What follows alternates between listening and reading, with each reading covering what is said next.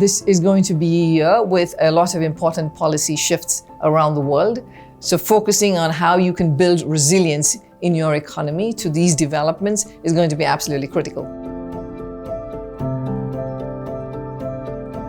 There are clear systemic distortions which stand in the way of progress, and we as the global health community have to collaborate a lot better to make sure that we speak with one voice and we are very deliberate in addressing those systemic distortions. I think good decision making is top of the list. I think realizing that we are entering a new cycle, and I think it's going to be easy to fall back into some old habits and to forget some of the lessons I think that we've all learned. It's going to be easy to fall into recency bias. And I think that's probably the single biggest thing that investors need to be thinking about this year, is not to fall prey to those. Human well-being, life, safety, freedom, happiness, knowledge. It's what we all claim for ourselves. It's what, and unless we think that each one of us is special, why should we deny to others what we claim for ourselves? It's also what is just a prerequisite to everything else, to having this conversation. We're alive, we're well enough fed and well enough educated and healthy enough to be thinking these thoughts, as opposed to worrying about our next meal or our very existence. The marketplaces are shifting faster, and there are more geopolitical questions that are getting raised. And so these technology changes, these political changes, and certainly all of the shifts in the skilling and human capital side are such that really having that adaptive spirit, I think, is going to be key. Not being so fixed or having a fixed mindset, but more of a growth mindset or an adaptive mindset is going to be particularly critical in this year. You can't do anything about the future if you don't get there.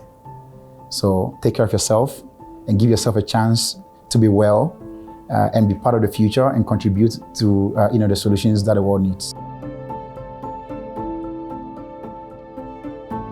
I think fears are the most significant cause of problems in today's world. Human beings are afraid of losing the control in AI. AI is the amplifier of the human trait. So if you have fear, so the AI will be trained to have to amplify the fear. So understanding the fear in myself, particularly for those who have big power and influence, is very important to mitigate and even reduce the crisis in the world.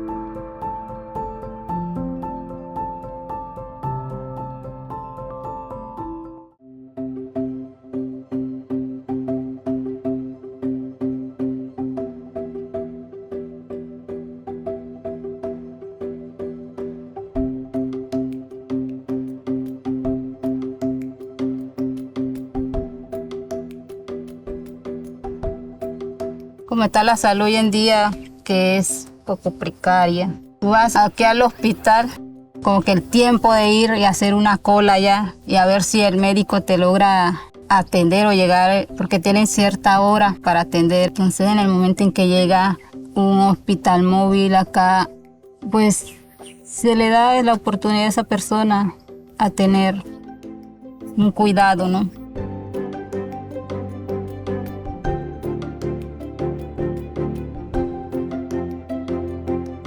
Viniendo de Venezuela no fue tan fácil. Me vine embarazada porque me estaban trayendo dificultades en el embarazo y no me podían dar la salud exacta que yo necesitaba.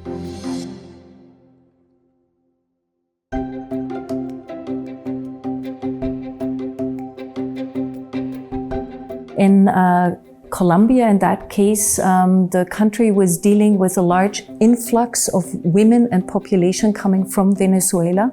We're kind of leaving the country and trying to build a new home and a new future for themselves in Colombia. And for these women, they have, as you can imagine, maybe the least access to healthcare services because they live in communities which are more moving around.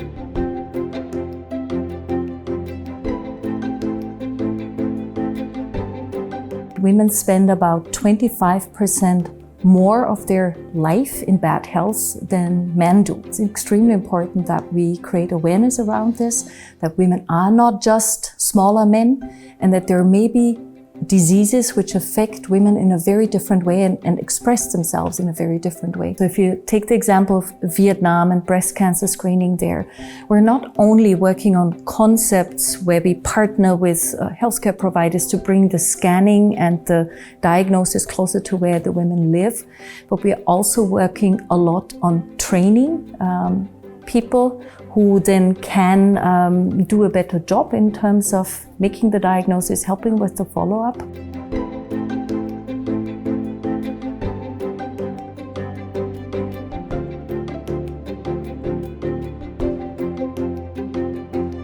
If you look at the number of CT scanners installed in a richer OECD country versus a more developing country, there is maybe 7 times as many scanners available to serve the population. When you then look at the number of experts, be it radiologists or technologists, that can actually help to make the best diagnosis for the patients, that factor is maybe a factor of 20. And that gives you a sense that any solution which can help address this skills gap and which can make technology accessible, because you're not limited by the number of people you have who know how to operate or how to use the information, can make a huge difference.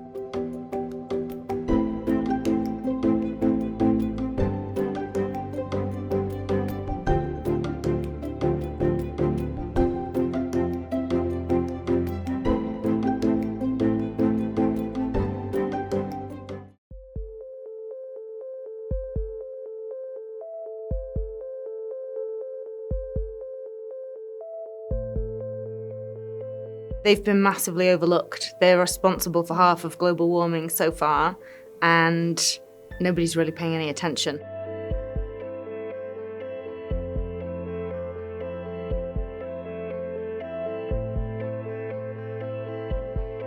Black carbon or soot is what happens when a fuel or something is only partially combusted. Bits of black particles are coming out, and you can see that when you see black smoke coming out of an exhaust pipe or a chimney, or when you make a fire. And because it's black and it's black bits of stuff in the atmosphere, it's absorbing heat and then it's re-radiating it. So it's very warming for the climate.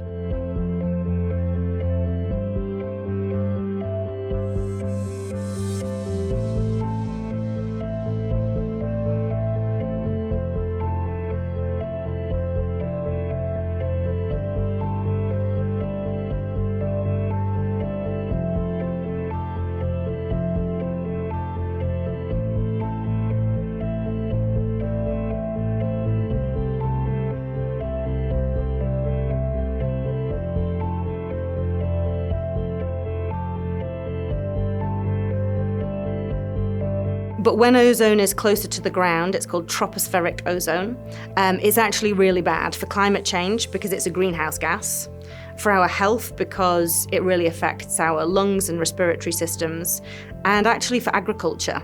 It really harms crop production and reduces crop yields up to more than 25%. So for all of these reasons, we do not want ozone close to the ground in the troposphere.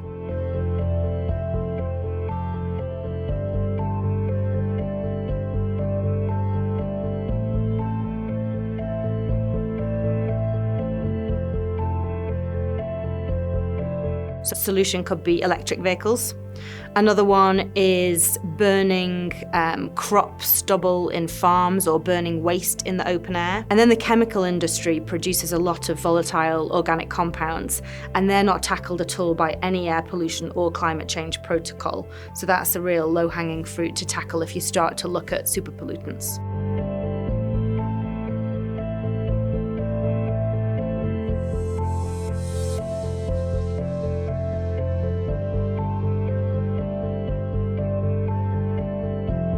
Methane is the one superpollutant that has had a bit of attention so far through things like the Global Methane Pledge, where countries have been voluntarily choosing to reduce their emissions. And the way that they do it is from sectors like agriculture, so different feeds for cows, for example, so that they emit less methane, through stopping oil and gas leaks, and through reducing landfill sites, which often are emitting methane as the waste decomposes.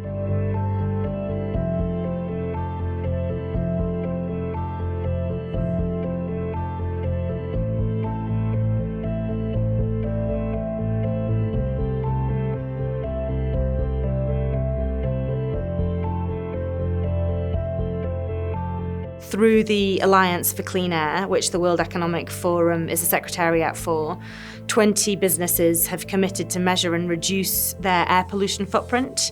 And just one example, IKEA, are working out where the superpollutants are in their supply chain and where they could target climate change mitigation to reduce them the fastest. This year, for the first time, the Global Risks Report that the World Economic Forum produces has a chapter on pollution. And what we've seen is that the 900 business leaders, civil society leaders and politicians that fill in this survey about what they think are the world's biggest risks are seeing pollution as both a short and a long-term risk. One of the reasons for that is that in terms of health, air pollution has overtaken smoking as a cause of death for the first time. So we're seeing more than 8 million deaths a year from air pollution, which is more than tobacco.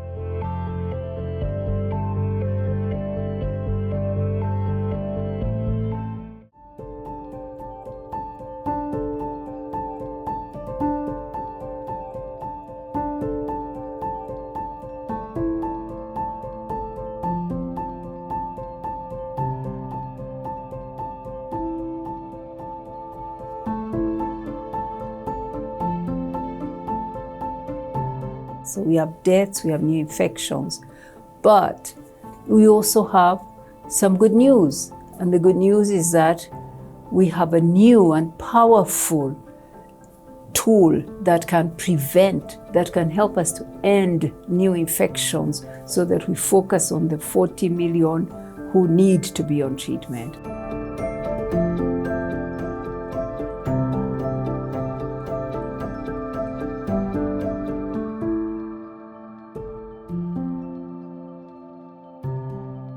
Trials were done in Africa, in Latin America, around the world, and amazingly, lenacapavir proved to be 100% efficient amongst heterosexual couples for young women. Young women in Africa and girls are the most at risk. In fact, out of every 7 new infections amongst adolescents, 6 new infections are of girls.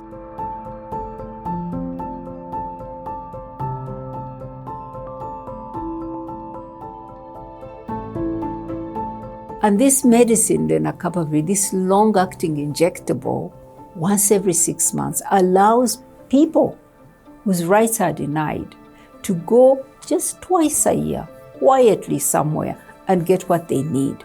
They are not swallowing tablets every day and being seen. They are not reporting to clinics all the time to get refills. Once in 6 months, they get what they need, and then they are not facing stigma and discrimination. Think about a young girl in Africa who is now 13 and is seeing men, boys coming to her, making forceful advances for sex. She will not be swallowing tablets every day just in case she's raped. No. But if she knows she's at risk and there's an injection every 6 months, she may go and get it.